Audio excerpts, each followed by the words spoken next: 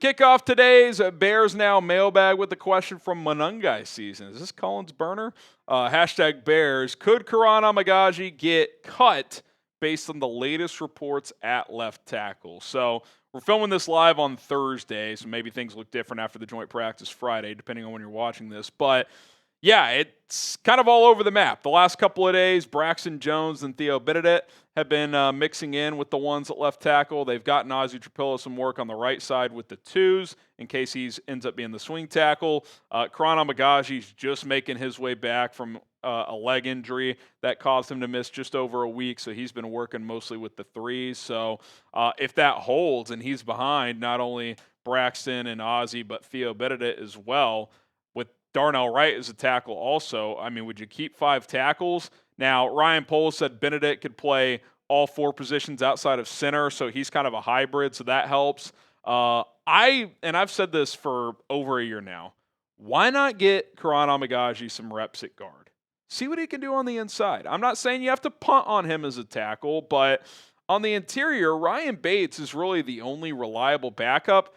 And his reliability only goes so far because he has a pretty bad shoulder and he had a couple of concussions last year. Luke Newman's a 6th-round rookie. Doug Kramer is really center only. Bill Murray's had multiple injuries. Like, could Kiran Amegadjie be a good guard? I wouldn't rule that out. So, I think it would be a stretch to say you would cut Amegadjie, but you can't rule it out if it keeps going in the direction that it is. What do you guys think? What will the Bears do with Kiran Amegadjie? If you think they keep him on the 53-man roster, type K for keep. Think they end up cutting him, type C for cut. I think they'd end up keeping him. If it was the prior staff, they 100% would. And what I appreciate about this new staff is there is a world where they would cut him if he didn't deserve a spot on the team. But I'm not sure if we're there just yet. Tom Panozzo, how long can we expect starters to play this week? Well, unless, again, maybe we've gotten more clarity on that from Ben by the time you watch this. But he said to be determined. I would guess, obviously, at least a series, no more than 3. That would be my guess. Usually, they base it on, snaps because, if you go 3, if the plan is 1 drive, but you go 3 and out, you'd probably do a second drive, for example. But if they have 1 long, 8, 10-play drive, maybe that's it. If they have, get 1 first down, then punt, maybe you do a second drive. So don't know how many snaps they want these guys to play. They could be factoring in what their initial plans are for the final preseason game. If they're planning on playing them then as well, you probably wouldn't overrun them because that game's on Friday, whereas this game's on Thursday or on Sunday, so quicker turnaround. So a lot of factors there. I would guess they want the starters to play somewhere between 8 and 15 snaps. Probably not a crazy amount. Benjamin, do you see Durham Smith getting a lot of playing time early in the season to help with pass pro, especially helping the tackles with chip blocks? I think he'll play a decent amount, but I also think that Colston Loveland has shown the willingness to be a blocker. Now, I'd like to get him some reps in the preseason as a blocker. That's something that I think would be valuable. Get him in on some pass pro reps, run blocking reps, see how he holds up, especially with that shoulder coming off that surgery at the end of the college season last year. So I think that would be smart. But, yeah, I think Durham Smith will play a healthy amount of snaps, probably 15, 20 snaps a game. I don't think it'll be a heavy workload, I would guess. If it is, that probably means the left tackle situation's not very good, and they need someone to play a heavy load over there. Subscribe to the channel. We have updates every single day throughout the preseason. And then guess what? It continues into the regular season. And then guess what? It continues for the impending Super Bowl run, hopefully. And then guess what? It continues into the offseason. It never stops. Daily content. Hit that subscribe button. Impact, appreciate the 5. If you ever get down on the Bears, remember we could be the Colts with Richardson-Jones quarterback competition.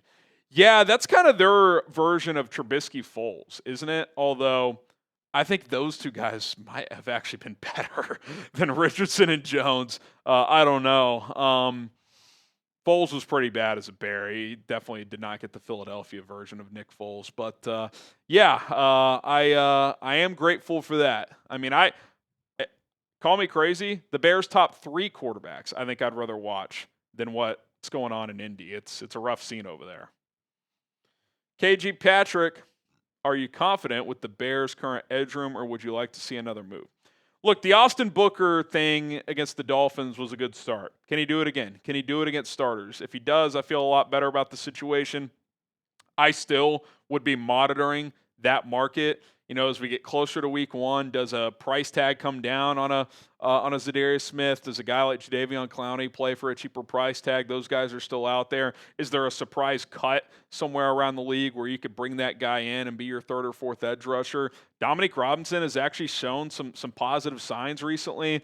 Tano Passanio is a veteran as well. We'll see what he can do over these next couple of weeks. So I don't think I think it's trending in a better direction. I still don't have full faith in the depth, but I think there is reasons for more optimism than maybe there was coming into training camp.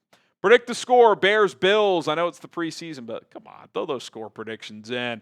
Who wins? What's the score? How about this? No ties. That would be nice. Producer Cullen, he's all tied out. He produced 2 watch parties the first week of the preseason and 2 ties. Let's call me crazy. Would you rather lose than tie?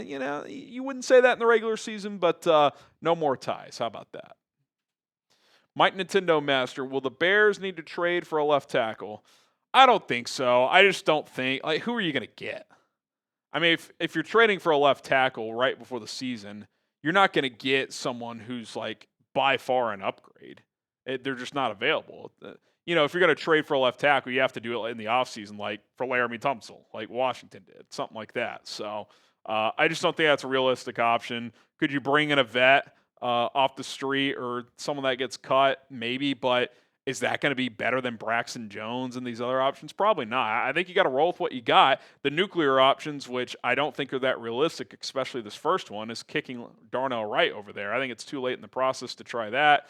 I never loved that idea anyway. He was much better as a right tackle in college. Keep him over there. And then, the nuclear option, which you could do, I wouldn't love doing it, is moving your all-pro left guard, Joe Thuney, to left tackle where he's played a decent amount in a pinch and can hold it down over there. Now, he's not an all-pro at left tackle. He is an all-pro at left guard. I don't love, in some ways, you're kind of losing an all-pro if you do that. So I don't think that's a great option, but that is a panic button you can hit if you absolutely have to. Where's Nessel? If Roschon isn't ready for week 1, how well does Kyle Monangai do? Well, even if Roschon is, I think Monangai, there's a decent chance he has a bigger role than Roschon, but they seem to like him. They seem to trust him. The pass pro, while it was the strength of his coming out, I think that's an adjustment coming into the NFL and playing, 300-pound defensive linemen and blitzing big-ass linebackers and stuff like that. So it's obviously an area he's going to have to improve at. But Ryan Poles even said he was surprised at his pass-catching ability. Thought that was better than expected based on what they scouted. And remember, they just didn't ask him to do that a lot at Rutgers. That didn't necessarily mean he couldn't do it. So that's been a plus. So, yeah, I mean, I think, this has been the depth chart they released. But I think Monangai ends up being that second guy come week 1. Speaking of game days, we are going to be live for Bears versus Bills this Sunday, 5:45 Central Time. So be sure to subscribe and join us. Myself, producer Colin, ready to rock and roll, ready to watch Caleb Williams and the starters take on the Buffalo Bills. So come join us. Should be a fun night. I think it's the NBC dress rehearsal as well. So we'll get the A crew over there. So should be fun. We'll break it all down for you. All right, Trade Talk Sports. What would be your reaction if the Packers traded for Micah? I think the city and I would absolutely lose it. And do you think their season, Rome, I don't think you meant to say Rome, might already be, I don't know what you're saying. Oh, and do you think Rome might actually be wide receiver 1? I think you're just asking a separate question. Look, that would suck if the Packers got Micah. There's no way around it. NFC North feels somewhat wide open. I think Detroit's still the team to beat, but Green Bay is right there in the mix too. If they get a guy like Micah, that could push them over the top, and that would suck. If the Bears aren't going to get him, I don't want Green Bay to. And I don't know if Rome, they're not going to tell us who wide receiver 1, 2 are, and it probably doesn't really matter in terms of a depth chart. They're both going to start him and DJ, but I do think there's a good shot that Rome ends up being that true number 1 receiver for this football team, which would be an awesome development.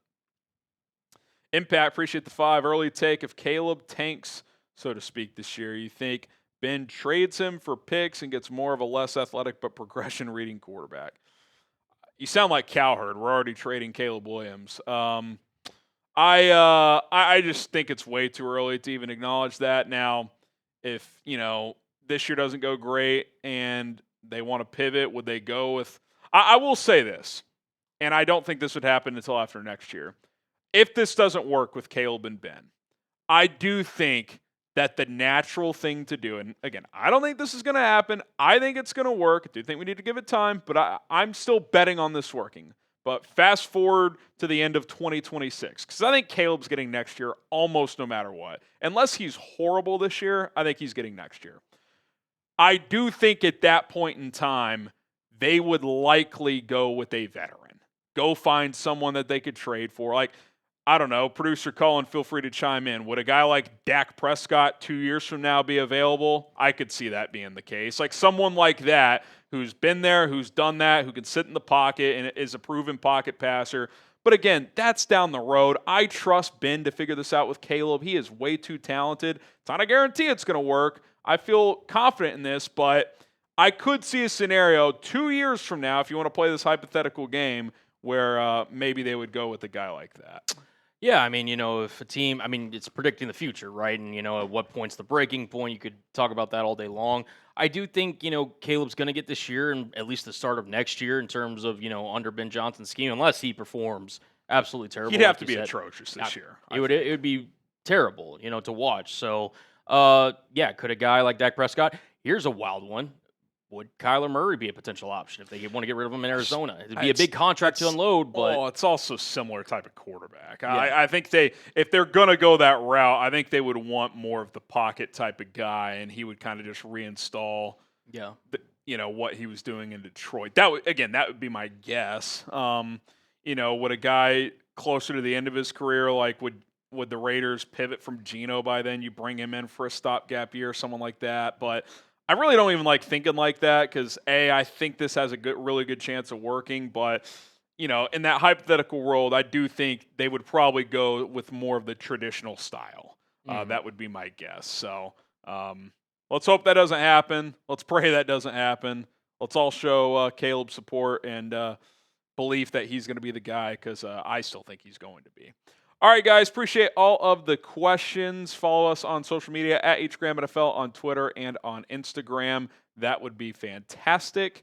And if you want to ask questions over there, you can do so. And DMs are always open, so bear down.